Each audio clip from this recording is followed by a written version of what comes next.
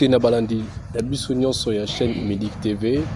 Une fois de plus ici kaba epai wapi bozwami toye na écran lisusu ya kolobela toujours epai wapi makambo to mesana ko beta lisolo na mosala nzambe na maman, elle est toujours là présente.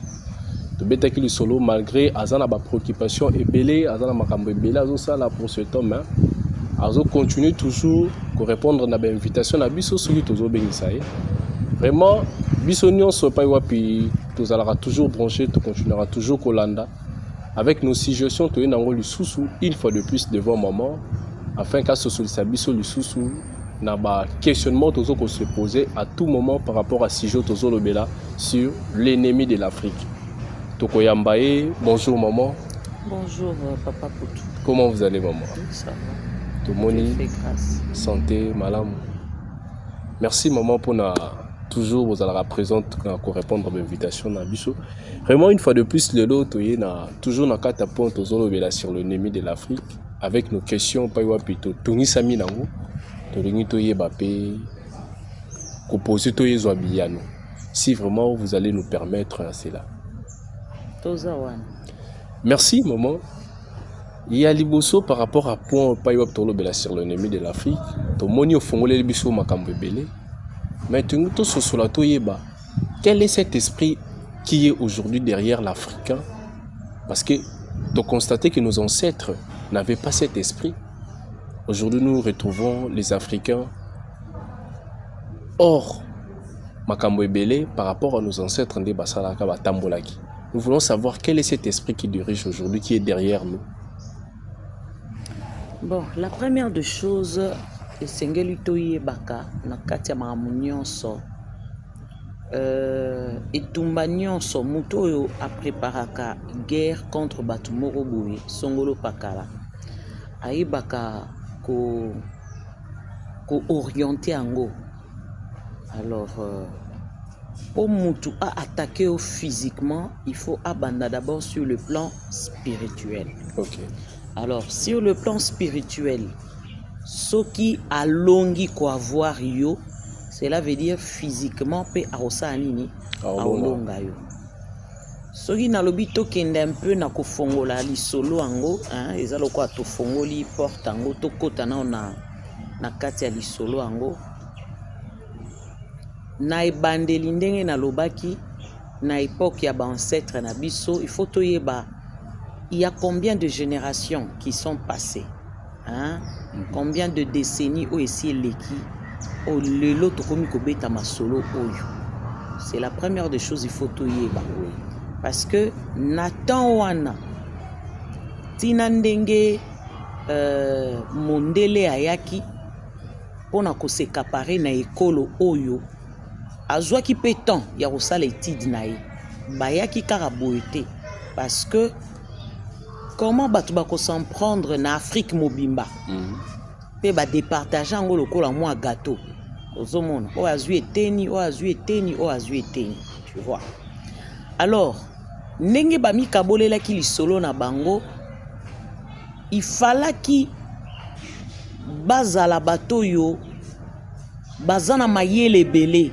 Okay. Tu vois, comme on a toujours dit un malin ozomona bazala qui très malin bakota qui d'abord na gentillesse na bango pour explorer le terre pour na koyeba mabelango malamu ozomona tant ba yebi mabelango malamu ba yebi pe batu bazovanda na kati ya mabele yango malamu automatiquement bako bandana nous sur le plan spirituel.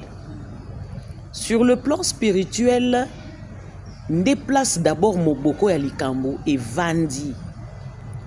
Mondele tangwa wuti libanda aye. Aye pena bokoko na ye. Oh lelo tozoro benga la maçonnerie, hein? Tu vois? Ba loge blanche, ba maramwana nyonso. Ba rose croix. Eza bokoko na bango. Eza biloko na bango. Ya biloko na biso te.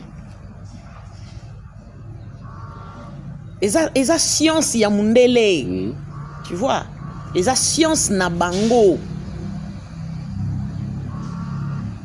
ba faire asseoir ango partout, ba vandi sango déjà partout. Na ba université na bango tout et vanda. Siko tangu bango bazoye pa na bino. Bako koka ko gérer binoté. Ko s'accaparer na binoté parce que j'ai toujours dit on ne gère pas les gens. Donc les personnes physiques, oui. On gère des esprits. Tu vois. Bayebaki qu'ils avaient affaire aux esprits. Tu vois. Les esprits, oyo bazapé na ba capacité na bango parce que nos ancêtres n'étaient pas aussi faciles qu'on est en train de voir aujourd'hui. Parce que bango na tawana izalaki oche toche. Donc ce n'était pas facile. Baya pene loko na bango ango, bamona kete, on ne peut pas placer ces histoires sans pour autant te dégager d'abord, comme je l'avais dit l'autre fois. Donc il faut pas dégager au ezali Boko konabino. Vos pouvoirs ancestrales. On va faire croire bino kezamabe. Non, on va aller doucement. Toke no kimbala morote. Oui. Mais avant que balongo la bino boko konabino, il faut ba me mabino à la conviction. Oh le tolo barana français. Je dois être convaincu. Ya on lo ba mot français na lingango penzate. Donc il faut balongo la bino na ba conviction na bino et si ka botie la foi na bino il faut bolongo wana on vous détache. Et quand on vous détache, on place maintenant l'esprit qui pourra vous contrôler. Ozomon esprit ozo contrôler bino excuse et ça la peine à capacité à capturer bino, à posséder bino. Vous comprenez? Oui. Alors cet esprit là a pris la place. Elle a travaillé. Toko sala netito ignoré. Aujourd'hui, tu vas remarquer les Africains to abandonnaki boko konabiso mais toko tabiso nyonso bakoti na boko ko ya mondele. Toutes ces loges que tu vois et outi na libanda ya mboka. Ba science nyonso outi na libanda ya mboka. Eza ba science ni. Eza boko kona bango. Donc tant de ba longoli bino o ya bino ba faire adhérer bino na ba forme nango nyonso. Omo ndenge nzamba keli mutu. Mutu azara besoin à rassurer que nous a protégé. Oui. Mutu azara besoin à la rassurer que vie nange gozala bien. Tu vois un peu. Nabadone wana nyonso, on vous amène déjà une science qui te démontre que ici tu seras protégé. Ici tu vas vivre mieux. Ici. Combien ya batata na biso bakota na kati ya lisolo oyo. Donc likambo eutela d'abord wana sur le plan spirituel. Babundi na lolenge nyonso balongoli bokoko na bino, bamemeli bino bokoko na bango ezui place et bokoko na bango ngotango tozoloba. Etamboli kaka na forme peut-être tozo kanisa tegete na ba science ya mondele te et ke kovanda ti na kati ya religion. Ti na kati ya religion et s'installer. Tu vois, si ko petit peuple place azali nase ya ignorance na ye ayebike awanga nazo kene na ke osambela nzambe mokeli. Tu vois? Parce que nzambe mokeli otolobaka, nzambe mokeli ami kaboli na création na ye mobimba. Ami kaboli. Na kati ya bikolo nyonso ami kaboli. Po tangu batu na ye bakobanda koluka ye, bakutana na ye na kati ya création na ye. Ozomona. Sikoyo yo na création na yo africain ba faire croire yo que donc ndengo zo vivre na nature oyo ya nzamba keli donc nzambe aza na kati awa te. Tangu yo lobi nzambe aza na kati awa te. Okondimela nini? Okondima ke nzambe auti nde libanda. Mais soki tozongi kaka na makomi ya Bible, tokokuta ke bato nyonso ya bikolo nyonso bazalaki na lolenge na bango ya kosambela. Ok. Tu vois un peu? Bazalaki na lolenge na bango. Lolenge wana eza lié na lolenge nzambe. Na lolenge nzambe ami kotisi na kati ya création na ye, na kati ya ba nation. C'est de cette manière là azokende komi monisake na nzambe na tribu songolo. Ok. Na nation songolo. Na forme oyo wana ya sachaki lisolo na ye. Ozo comprendre makambo wana. Alors maintenant, nous étant que les Africains, on n'a pas aussi cherché à comprendre. Quand je dis on n'a pas cherché, nous les gens de cette époque, tu vois un peu, parce que nos grands-parents ont subi des choses. Oyo bazalaka d'accord te, mondele aya kokotisa oyaye mayele. Et bakenda kosimbela mitu.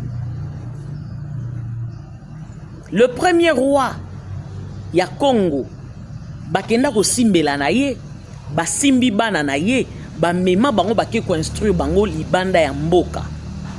Tu vois? Oyo bakende kotangisa libanda ya mboka, eza science nini? Science ya bango. Oya bango. Et quand ils reviennent ici, cela veut dire, remarquez à tapona lelo, ce muta ucho tanga na poto aye, na ye moko azana, hein?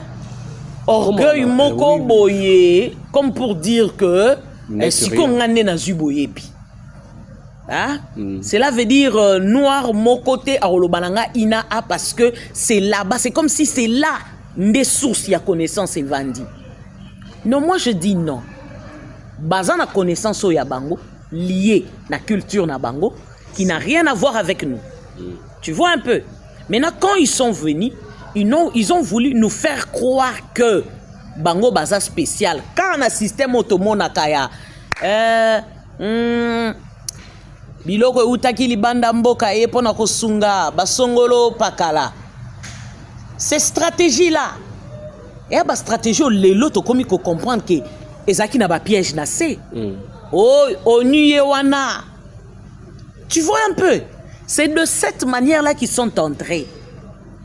Baroya bayena mwa bilamba, bazipa mitakala na bino, vous vous dites, oh, le fait que muto ayeli biso elamba, mobiki siye, yeyo.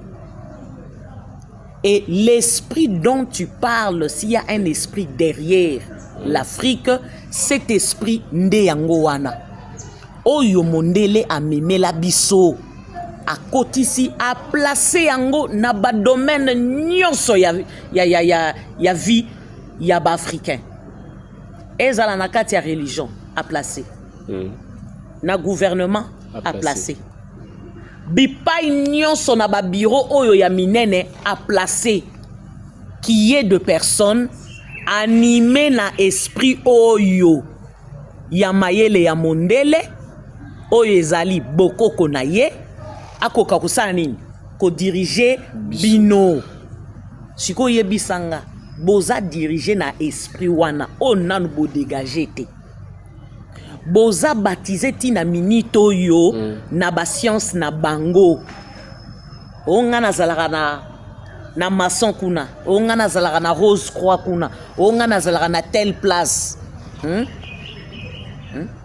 Ice Club. Ba mambo belé. Bato ba oyo kanga ba yebi que ça existe. Mutu na mutu asadera place asadere. Est-ce que basi ba sosola ke ezali bokoko ya mondele? Ezali mayele ya mondele? Derrière toutes ces choses se cache l'esprit qui contrôle l'Afrique. Et cet esprit a un but. Parce que c'est un esprit mon côté et yaka. Na nation, ton avis à mutu, sans but. Et ça n'a but nango. avant esprit wana zonga il faut zonga na ba résultat oyo ya yela ki ko sala musala. Mais si il faudra que cet esprit ait s'arrêter et contrôler les sous l'Afrique, nous les Africains, nous devons renoncer. Nous devons renoncer à ces choses-là. Moi, ça m'étonne aujourd'hui, les gens n'arrivent même pas à croire que l'Isolo et l'église est Outaki Libanda. Donc, c'était pour te dire que l'esprit qui contrôle l'Afrique ou qui est derrière l'Afrique vient de l'Occident. Merci, maman, pour la réponse par rapport à notre préoccupation qu'on avait. La deuxième question que nous voulons savoir, pourquoi aujourd'hui on a remarqué l'Africain n'est pas sûr de lui-même? On n'a pas ça. Mais pourtant que, quand vous avez parlé par rapport à la première question, réponse, vous nous avez parlé que nos ancêtres étaient forts vraiment pour convaincre Bango et Zaki Mouapassi. Parce qu'ils étaient sûrs de ce qu'ils connaissaient.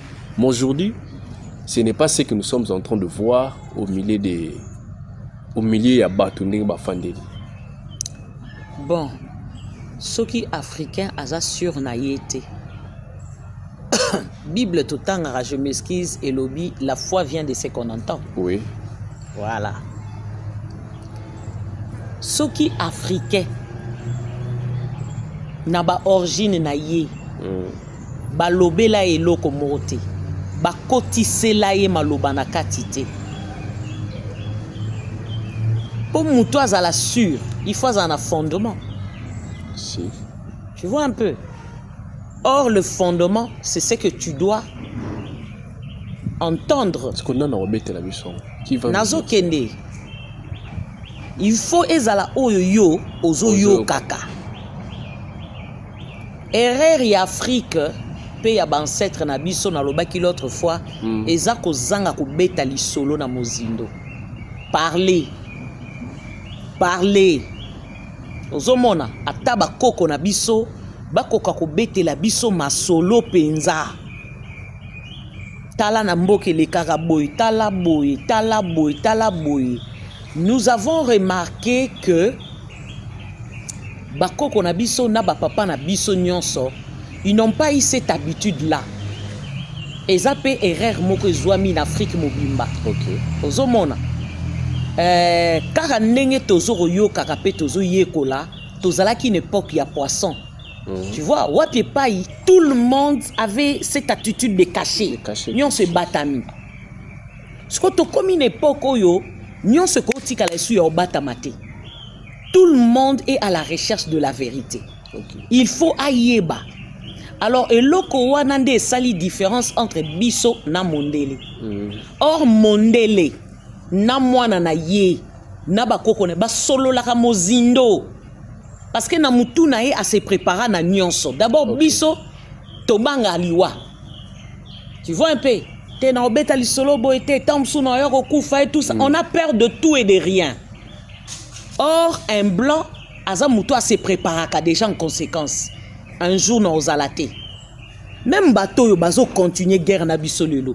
Eza baye babanda ki na ancêtre na biso te. Bon monite que malgré ba wana bazo kende bazo kufa bazo roleka, mais likambo eza kaka na se. Donc ils ont instruit leurs enfants en disant que vous avez vos terres qu'on avait achetées. Tu vois un peu? Na ba sous-sol na biloko nyonso ba informa bango tiko biso. Nani informa ki biso ke na époque songolo likambo boye salamaka. Alors, silence wana ya ancêtre na biso nde kotisi biso na katia et loko zolobake africain azalaka sur na yete. Pour muto azala sur, il faut azala na ba base. Quand tu n'as pas de base, ozala sur par rapport à quoi? Tu vois un peu? Nos bases ne sont pas solides. Elles ne sont pas solides non parce que on n'a pas de richesses. Elles ne sont pas solides parce qu'on n'est pas informé. Or, les écritures que vous lisez vous disent, vous connaîtrez la vérité et cette vérité vous affranchira. Tu vois? comme une époque, il y a franchissement. Bien que les gens ne veulent pas comprendre, et moi, de fois, ça m'étonne. Ce n'est pas aujourd'hui qu'on va continuer à avaler Biloko, Melissa Kibiso de force. Hein? Donc, l'homme africain doit reprendre ce droit, doit se prendre en charge, doit se prendre en main. Alors, pour se prendre en main, nous devons chercher la vérité. Ok. C'est ça. Merci beaucoup, maman. Mais tu n'as pas façon zolobela, façon zotel c'est la biso makambo. Tu n'as pas sous la vous avez une politique, gouvernement, bien. Vous avez bien peut-être poursuivre l'intérêt de mon robot. Lobby. Bah, tu as quelque part. Merci pour la question, Anna. En fait, comme je l'ai toujours dit, émission Oyo, c'est poussé par l'esprit que je l'ai fait et c'est une révélation. Ok. C'est une révélation d'où on m'a parlé beaucoup de choses sur ma nation. Et Nami Koutike, li solo yankuku, eza ya solo. Alors, lutte nanga, eza po bachanga quelque part. Lutte nanga, eza po bachanga quelque part. Et si cela arrive aussi, parce que toza na kati ya lutte. Lutte na biso eza nini.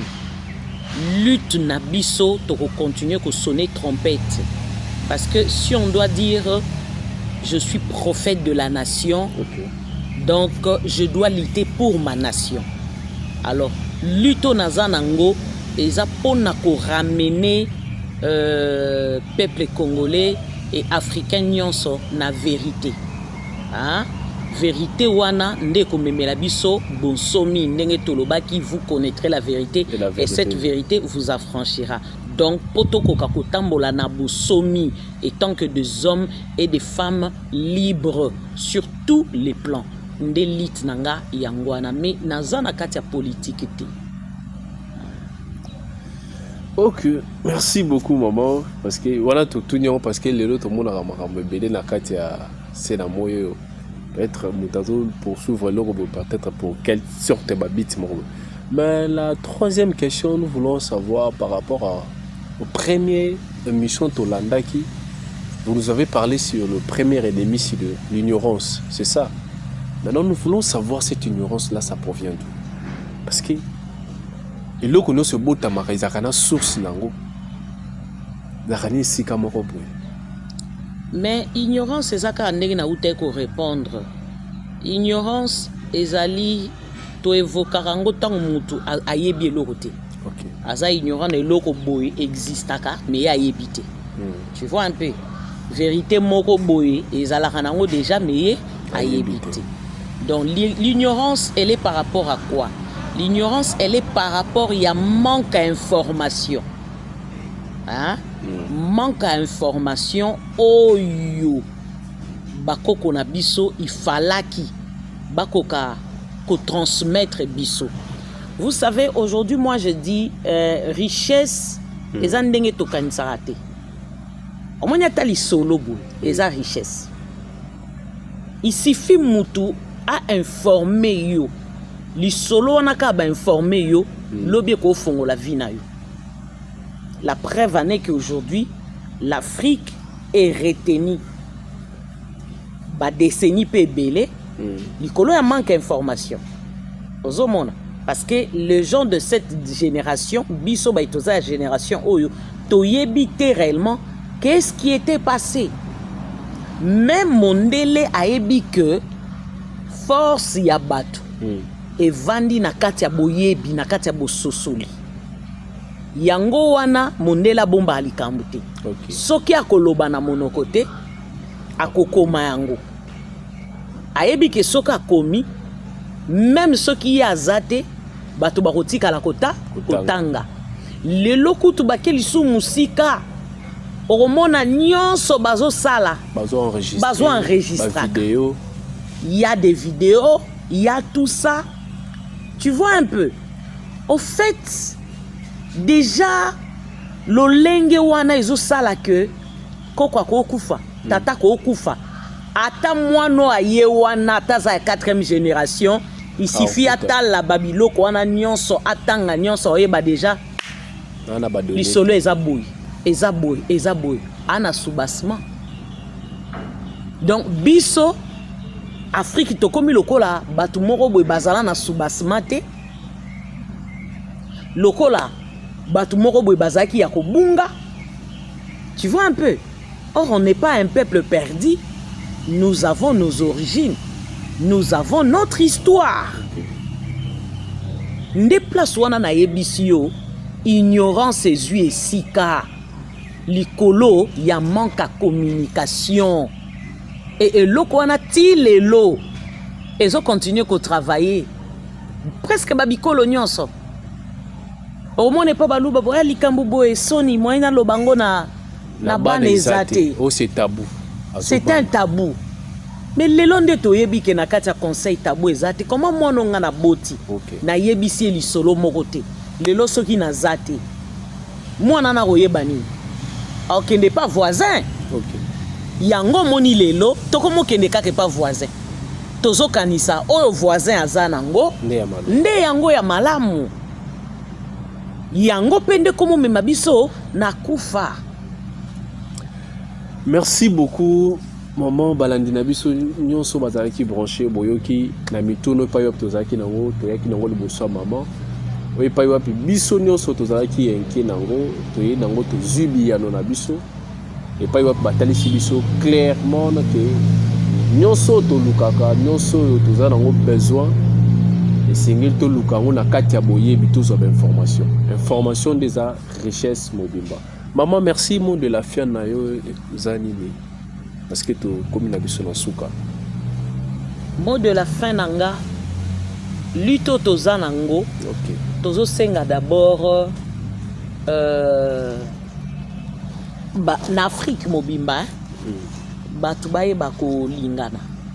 Toza na momesano moko ya mabe ya ko exposer bandeko na biso. Soki mondele aza na problème na ndeko nanga moto mwindo na ko soutenir mondele. Eloko oyo na sina lobango na bémission na ngele ki keza complexe. OK. On est tellement complexé que la moni batu musu ba sepela kité non. Africain aza complexé. Et puis complexe na ye outil na ignorance parce qu'a mi yebité. Ozomona. Eza lokola mwana moko boye aza na ye mokonzi.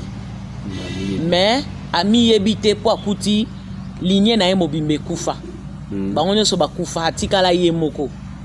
Atikali ye moko bazuye peut-être ba boko la ye et pas ba voisin boko lié. Yesu kwa comme mon voisin danger.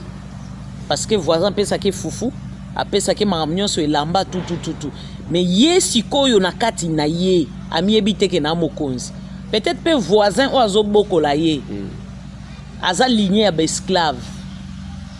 Mais na tan wana kaka aza na fufu ya kopesa yo mwa bilamba ya kopesa yo ezalaka siko yo lokolo aza na mona muki o miyebite omonika netike oyo nde nzambe nanga.